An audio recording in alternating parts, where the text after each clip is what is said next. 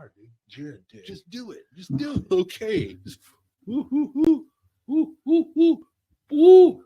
That's not hard, dude. That's gonna be our intro. I hope so, dude. Dude, you better put that on there.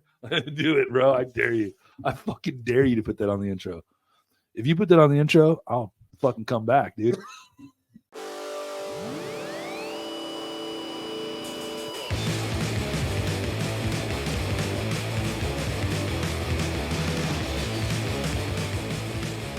Hey, what's happening, everybody? Welcome to the world of YouTube. This is my co-host, Jackie Gleason. You son of a bitch. All right. So. Hey, Ew. say something. Say something to the people at home. I dare you. What's going on, everybody? What's happening? Whoa. We made it. It's been a struggle, but we got here. We're here. Started from the bottom and we're still there. Something like that. Yeah, something like that. So this is in fact our first pre-recorded episode, and we wanted to do it on branding. We're coming at this from, we both been doing it about 4 years. We don't have a ton of experience. We both feel relatively new to this hobby or industry, and this is in no means or by no means what you have to do or the right way. This is just the way that we feel like has worked for us, and that we kind of both agree is important if you're branding a business, if you're just getting into the hobby or the industry. Some of the things to consider and some of the places you want to focus your branding / marketing. With that said, I'm here with White ISIS, fresh out of a rat hole in Afghanistan. Goodbye, Unabomber. Hello, ISIS. That's right. So, yeah. So anyways, we just, we talked a lot about this.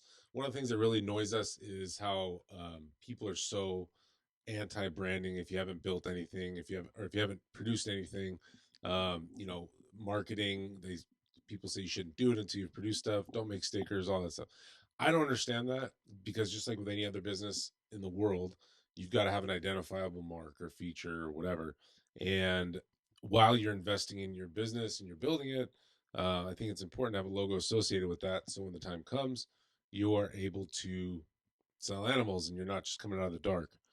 Do you have anything to add to that? Yeah, I mean, I think specifically for this type of market, industry or whatever, I think it's like really paramount, because there's not too many businesses that you get into where you plan it out and you don't really do anything for a couple of years.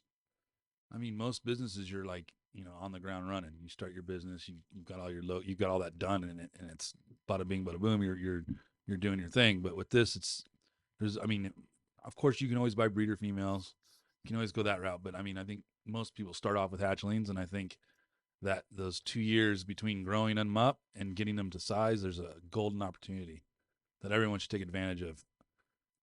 Last thing you want is producing great animals, 2 years down the road, but nobody knows who the fuck you are, dude. Yeah. Yeah. And so, in my opinion, I think there's I don't know, there's categories of branding. And like I said before, branding, I consider it marketing. And I do think it's extremely important. So just really without getting into the details of them, I think it's important to have a logo. It's important to network. It's important to have a visually appealing, um, whether it's a facility or content, whatever you're putting out, as long as it's visually appealing. I think that's important, since perception really is everything. And then, ultimately your content that you're putting out, does it have all these things? Does it have a logo? Do you have a following? Are your videos, are you taking time in your videos? Stuff like that. So, I guess, should we just jump into it? Yeah, go for it, dude. It's nothing. This is super informal, just something we thought might be helpful to somebody getting into it. So take it with a grain of salt. But first thing I want to touch on is obviously your logo. There's a lot of different schools of thought when it comes to logos.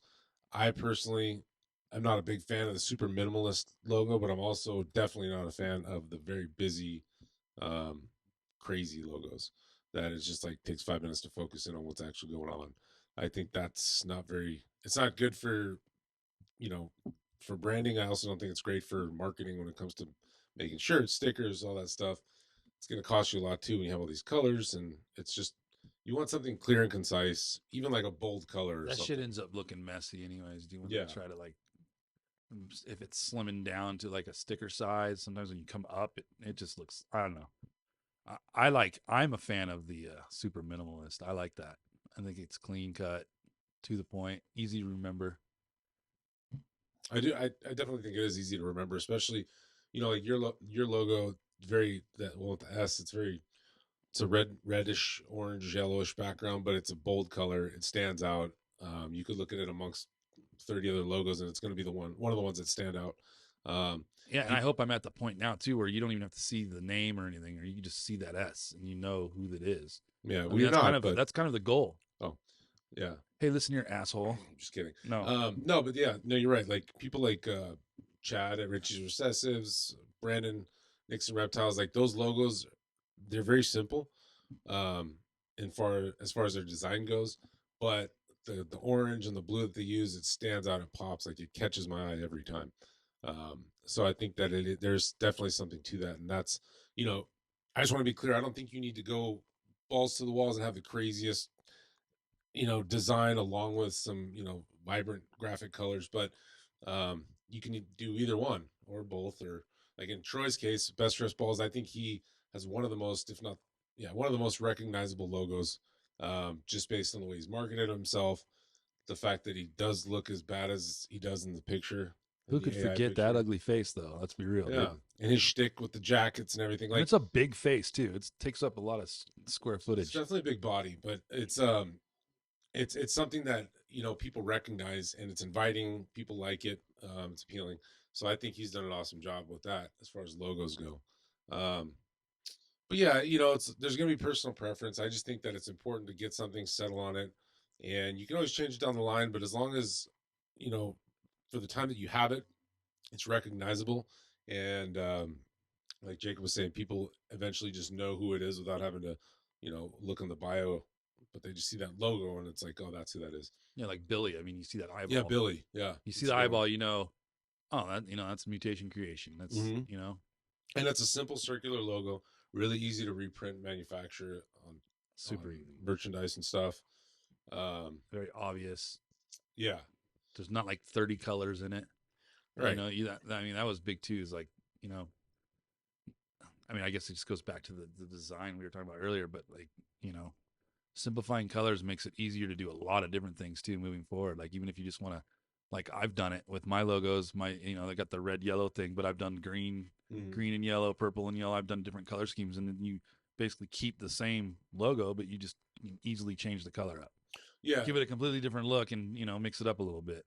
yeah. It's easy to read. It's just it's one of those things that I think is um forgot what I was going to say, dude.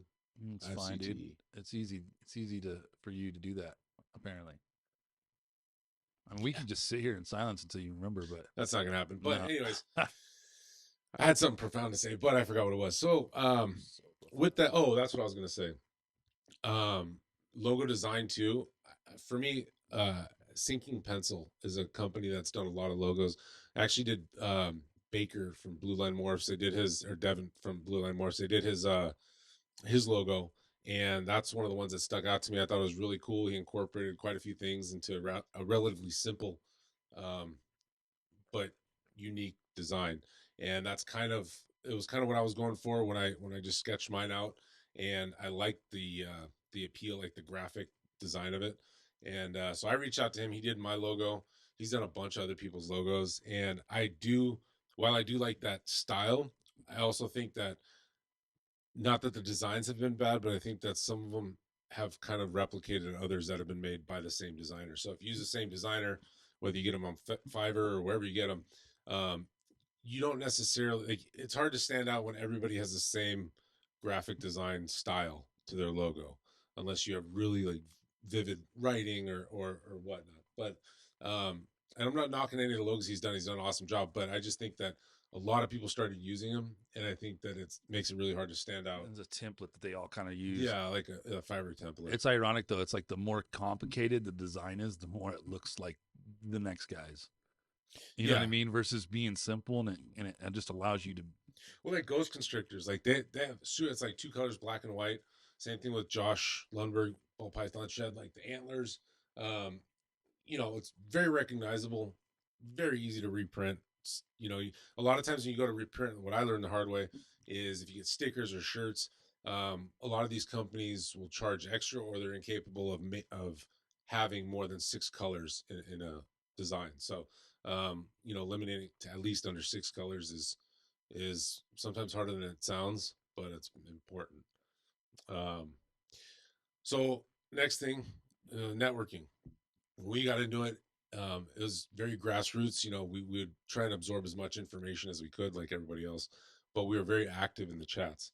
So that's how we met most of the people, if not all the people that we now know, was through these YouTube chats, these lives, looking at people's lives on Instagram, staying in the comment section, just interacting, engaging.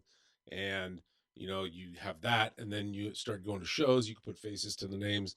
And I think that it's super important to build or network and build like a little community around yourself, because you end up helping each other out in so many different ways, Yeah, I and making agree. good friends. Yeah, I think you have to step out and do that stuff, and you should be doing that from the get go.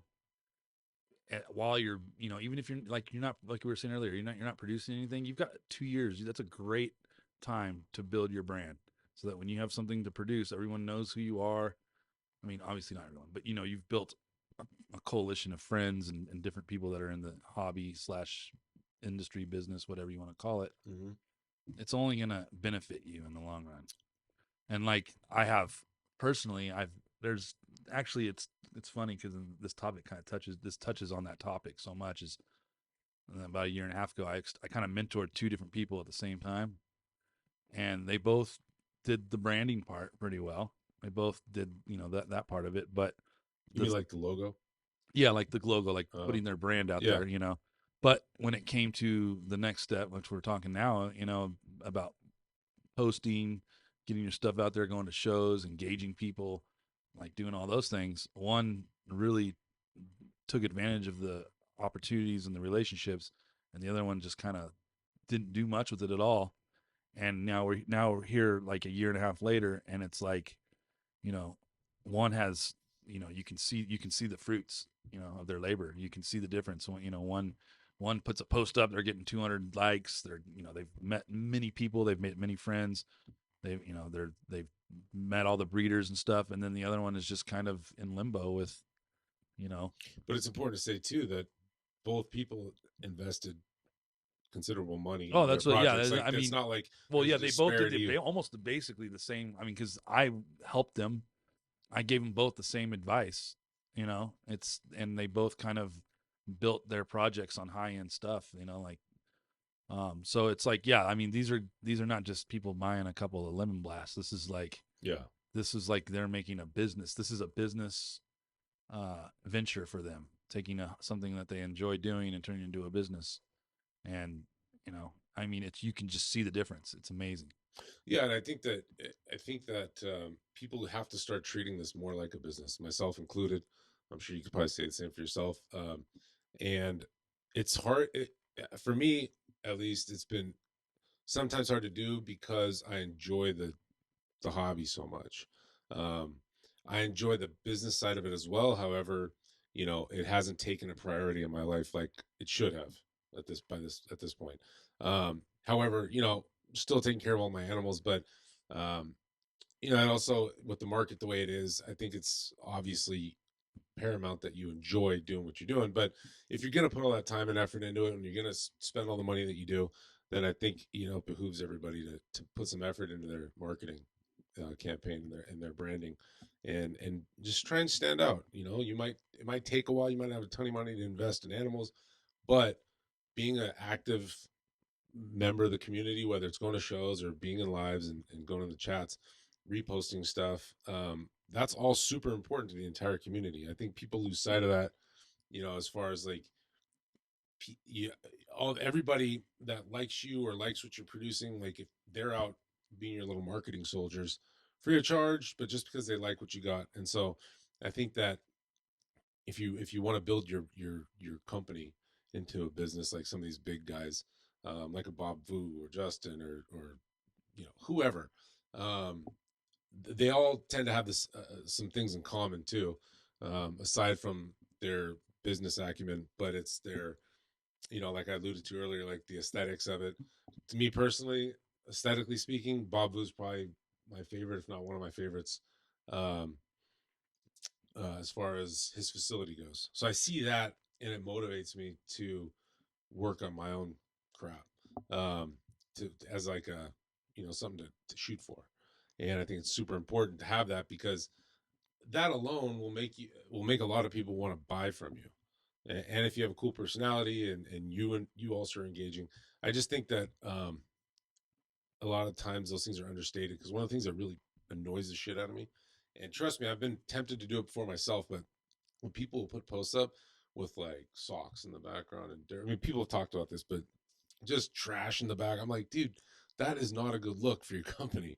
Like, no, you never see advertising with where everything's not in perfect order. Yeah, I don't think you need to be like you're bringing up Babu. Like you don't have to be pristine and perfect with the image you show, but like you should put some effort into making sure that you're not like not everyone has the best uh lighting or camera Yeah. situation or whatever. But I mean, man, just if you have 10 snakes, man, you could post you know 2 pics a week, and when you get to the end of the whatever 5 weeks it would be, then you just start over again. Who cares, Yeah. dude? Everyone's attention span's so short, anyways, dude. Like Well, just taking a just black. keeping yourself in the algorithm on Instagram is probably the most beneficial thing you can do as far as getting your name out. Yeah, just taking a white sheet or something and make sure there's no glare and taking pictures on that or a black sheet or a piece of paper, whatever it is, Anything, you man. can do it and use your phone.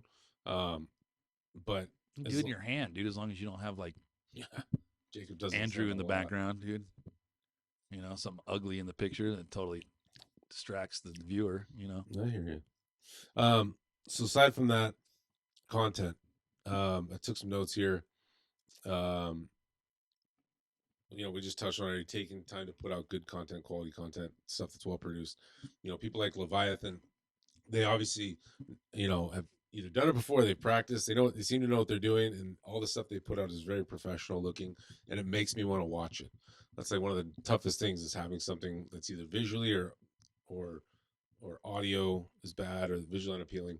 You're going to lose viewership. Nobody's going to care what you have to say. But I think, but if by presenting it in that professional manner, I don't even really know what their videos are about sometimes, and I didn't even check. I'm just going to watch it just because it's clear, concise. They're always to the point. They have good production and Good editing. good editing. So, um, you can even do that on Reels and stuff. There's so many apps too that you can use to just cram stuff in, and it'll spit out. AI is going to spit out some fancy little reel for you.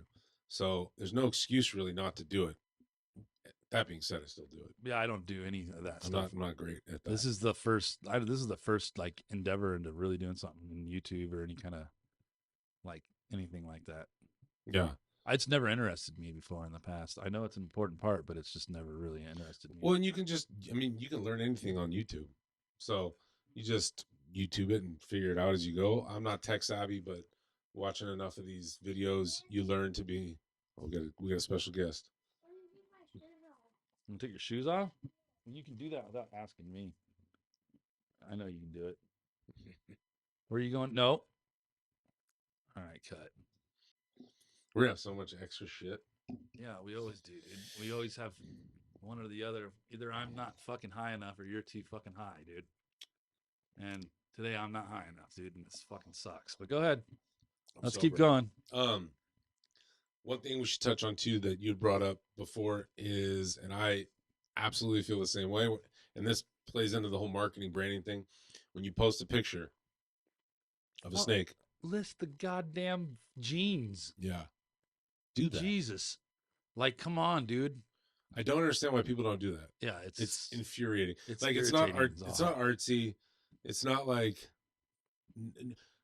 like unless it's the craziest looking animal ever, nobody gives enough of a shit to really like inquire and follow you. It's almost like a pain in the ass. It's Well, just like an yeah, extra step I got to take. Just tell me what it is. I know it looks cool, but so does certain GHI Mojaves, but I'm not going to buy one. But like, if you have a really unique animal, especially, say what it is. And even if you don't say what it is, so I can know whether to ignore it or not. no, and But you let people know what projects you have too by doing that. yeah, you're targeting two different people when you're targeting a completely different audience when you do that, because there's a small group of collectors that just look at snakes and go, I like it, I want it. Or pet owners, they see it, they like it. But when you're making these crazy animals that, and that animal might be het something, or there's some things that you won't be able to tell. But when you're producing animals that like you and I produce, and most people are producing, Mm-hmm. it's these are breeders buying these animals, whether they're established breeders that are looking to add something or somebody that's getting in new. Listing genes and what you're working with and what things are is super important in that aspect. I agree. And I don't understand it, because if you think about, like, I mean, I know the amount of other breeders I've sold to farly surpasses any like pet person that's bought a snake off me. Well, that's Like, who we're I mean, selling it's to. like 99% breeders. That's the Yeah. business. So when you post that, the first thing a breeder is going to want to know as soon as they see the snake, if it's, no matter how, if it is the most beautiful snake in the world or it's whatever, the first thing they're going to want to know is, well, what is it? What's in it? What hets does it have? What, like, they want to know the power of it. It does a breeder no good to look at something. And don't get me wrong, if you're doing a post where you're posting something and then you're in the comments, you're like, hey, guess what this is, or guess what genes are in this. Okay, cool. As so long as you would tell somebody when they get it right, or later on in a couple of days, if nobody gets it, put it in the comments what it is. That's cool. But as far as just like, and I see it's the same people, and you know who you are. You know who you are. He's It's the coming for same you, dude. people. You got shooters everywhere. Hey, Hey, coming for you. I heard that, dude. Heard Hey, that before. There's people out there.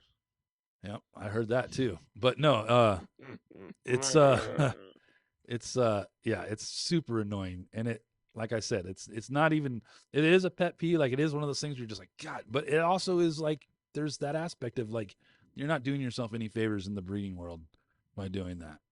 But then again, those people aren't going to listen to this and take our advice. No, and Or I hope they just laugh at us anyways, because that's what's going to we're happen. not But then another thing I we're want not to touch on important too enough. is like, I think people, and I've seen this firsthand with others, that you might put a ton of time into a reel and into a post, and you get like almost no reaction from it. Maybe it doesn't hit the algorithm. Maybe people don't see it. Whatever it is, something you thought was a very well produced and well thought out piece of content gets zero action. And maybe it was well thought out and well produced, but there's that algorithm element. But the thing is like, keep plugging. Don't expect, because you put a lot of time into this one post, that it's going to garner the respect it deserves. Um, but just keep doing it. And this is most. I mean, I feel like I'm talking to myself because I fall victim to Yeah, this of too. course. It's yeah. Get discouraged and all that shit. But like I said, we've only been doing it for about 4 years apiece. Um, but by proxy, you learn a lot of what not to do I found that during that process. there's a lot of gimmicky ways to get in the algorithm. There's gimmicky ways. I always hear people like, top 10 ways to, and there. But I find that the most efficient way to get yourself into the algorithm is just to post as consistently as you want, as you can. Yeah. I mean, you cannot post. There's not like a number that you overachieve. Like, you can always post something. I mean, I don't care if every hour if you post something. I guarantee you, like, after, like, I like to do like 2 posts a day and do it for like 4 or 5 days. And I notice that those posts all kind of get traction. And then you get kind of in this, like, you get in the algorithm to where you're not even really, you stop posting. But for 2 weeks after, every time you turn on your Instagram, you're getting notifications of friend requests, likes. You even get people messaging you, asking you questions and stuff. I think I think that is the most convenient way. I mean, it's super easy. All you just got to just put the time in. Mm-hmm. It takes a couple minutes a day. I don't do it so much anymore, but I used to go, like, on a Sunday. I'd go through my snake room and just take like 8 or 9 pictures. Then I'd go in and, like, zoom in on them, shape them out right, get it all cleaned up, and then I would just post like one a day or two a day until I ran out of pictures, and then I would hang loose for 2 weeks, and it would just you stay in the. It's amazing how you stay in the algorithm. Well, you can schedule them too. And then also, well, yeah, you can do that too, but that I don't know. That sounds like too much. Like I would have a hard time scheduling me to schedule them. Well, yeah. I mean, you can do that. Though. I'm not very good at any of that kind of shit. Well, I it's don't a do choice, well with not really schedules, dude. it's not a handicap. It's a choice. I don't know. It's called laziness. Well, I Mental mean, laziness. that's like saying your autism is a choice, dude. It's not. I know. Uh, anyways, yeah, I don't know. I agree with all that. I think consistency is probably the most important thing. I think that um, interaction, when you don't have the money to invest, interaction's huge. Networking. I know plenty of people that I don't even know if they have snakes, but I know who they are. And I know who they are from the chats. And when I meet them in person, we're gonna have something to talk about because they seem cool. So, um, yeah, that's my 2 cents on branding. Yeah, let's go, Brandon. Let's go. So, has anything happened in the recent news that's going to stop you from voting for Biden for a second term? Has there been anything recently? This is what you're gonna do. Well, no, I mean, every episode we're gonna. I feel like it's I mean, you're proud of your vote. I remember when you voted, you got your sticker and you put it on your shirt and you took a poster, a little selfie. You vote? Yeah. Viva la vote. Vote or die. Yeah. Personally, I'd rather die than vote. Yeah.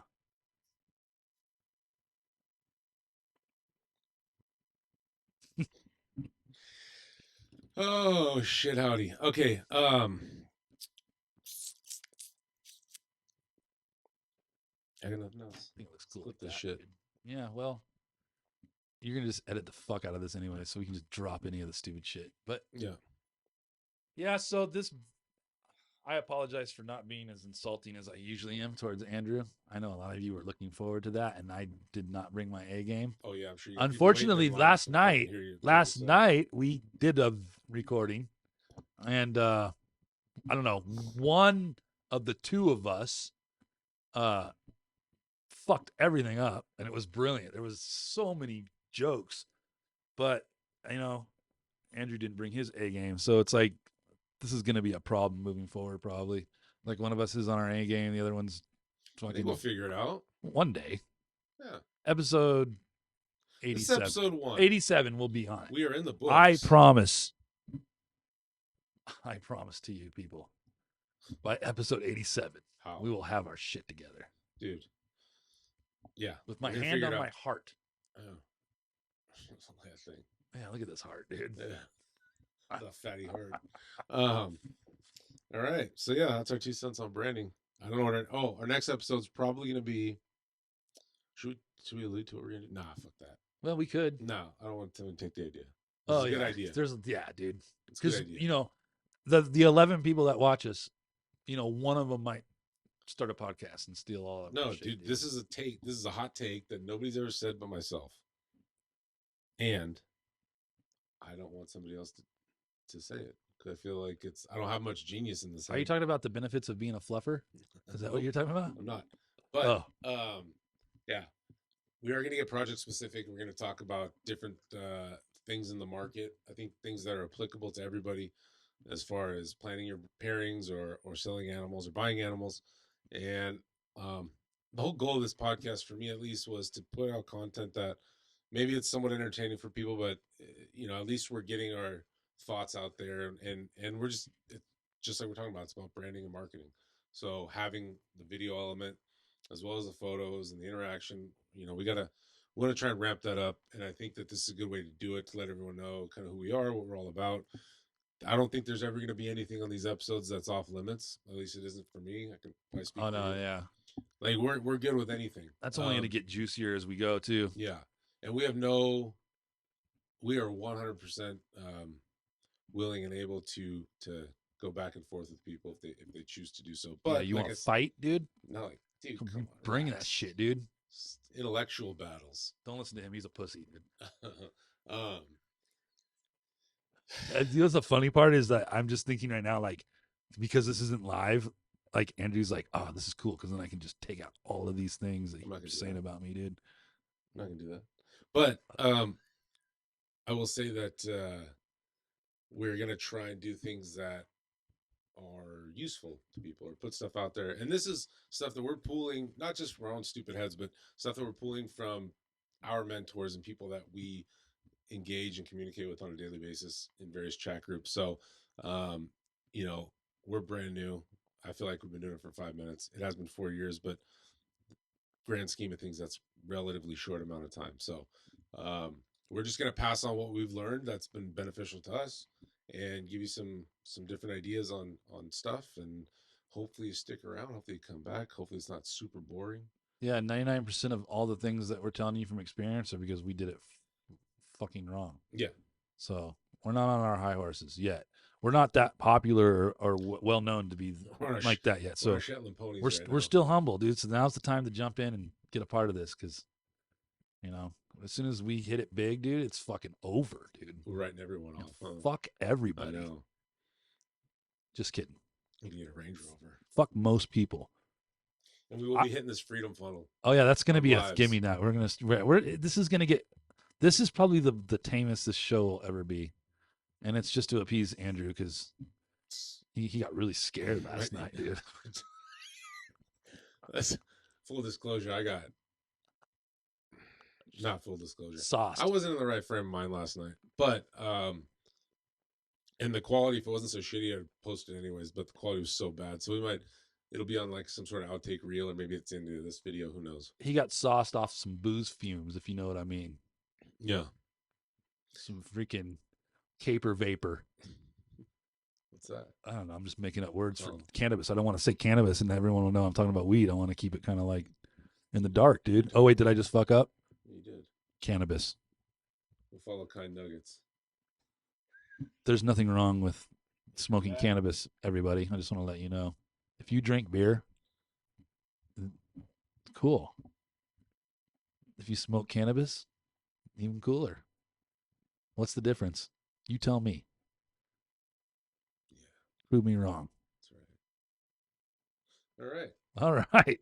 This is so fucking stupid. But I think we have enough shit in here to we're good. Chop it up. We're good. So all until right. Next time, arrivederci.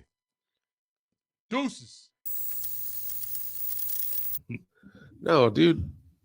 I told you this is a bad idea. Let's just put it like this. Yeah. I'm not sober. Come on. Is this an intervention? I'm intervening with myself. No. Maybe to talk about it. You're fine, dude. I'm fun. You're fine and you're fun, dude. You're fun. You're fine. You're happy, dude. You're laughing. You could be wrong, dude. You could be fucking in Baghdad right now getting your fucking toenails ripped off. But here you are, dude, on a fucking podcast.